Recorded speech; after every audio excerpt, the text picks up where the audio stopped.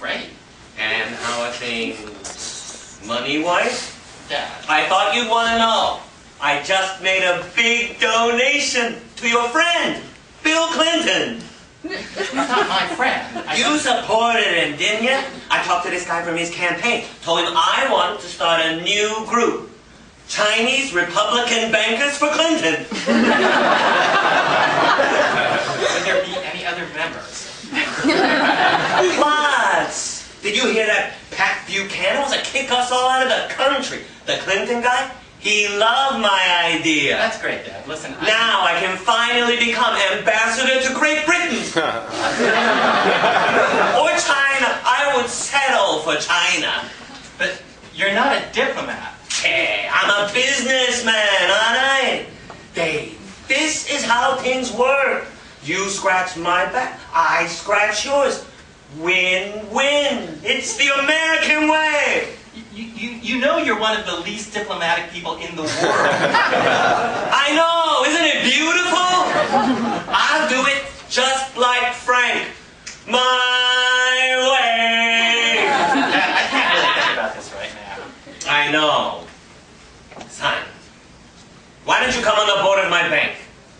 Marty DeLuca just died. There's an empty space to fill. But I don't know the first thing about banking.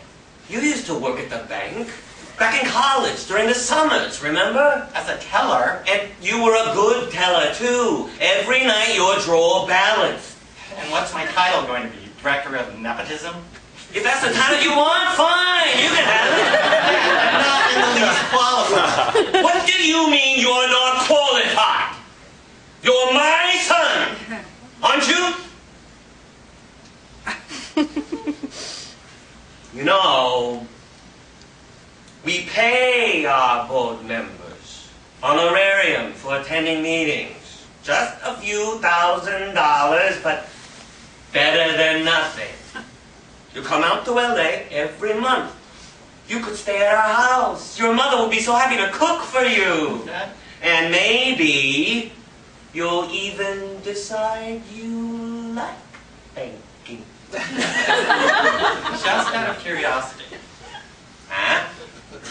Is that a few $1,000s a year or per meeting?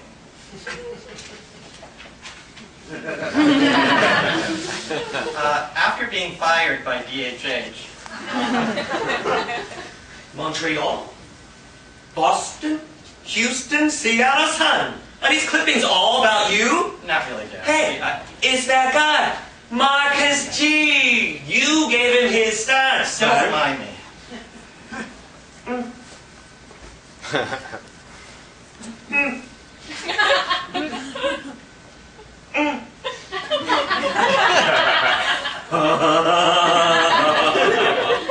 What now? He's very deep. Listen to this. Never let anyone tell you what you look like is who you are. Those are the limitations we have to fight. Even people who look like me. Especially people who look like me. Beautiful. I'm going to throw up. You know, Dave, you should say stuff like that. I should... Where do you think he got it? I said those very words when he was in my show. Then you teach him well. You must be so proud. Dad, he's a disaster. I thought I got rid of him back in Boston, but no, he keeps popping up as if from the grave just to torture me. You think you're getting a little worked up about Dad, this? his name isn't G. He's not even Asian. You know, I had that thought. When I first saw him in your show, I thought, he's not Chinese. But now that I read his words, who cares? Maybe in my heart, if I can be Gary Cooper or Clark Gable, then maybe in his, he can be Marcus G. I did not go through all those protests and hunger strikes just so some white imposter could help himself to our hard-won opportunities. You went on a hunger strike?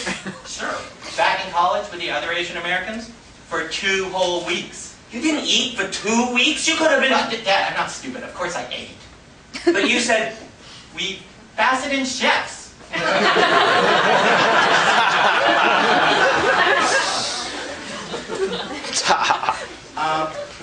Towards the end of the 90s, America gets worried about China as a potential enemy, which leads to the arrest of the Los Alamos nuclear scientist Wen-Ho Lee on charges of spying for China, and also leads to a front-page article in the New York Times accusing Henry of laundering money for China through his bank, Far East National. David finds out about this, reads the story, and this happens. Oh, and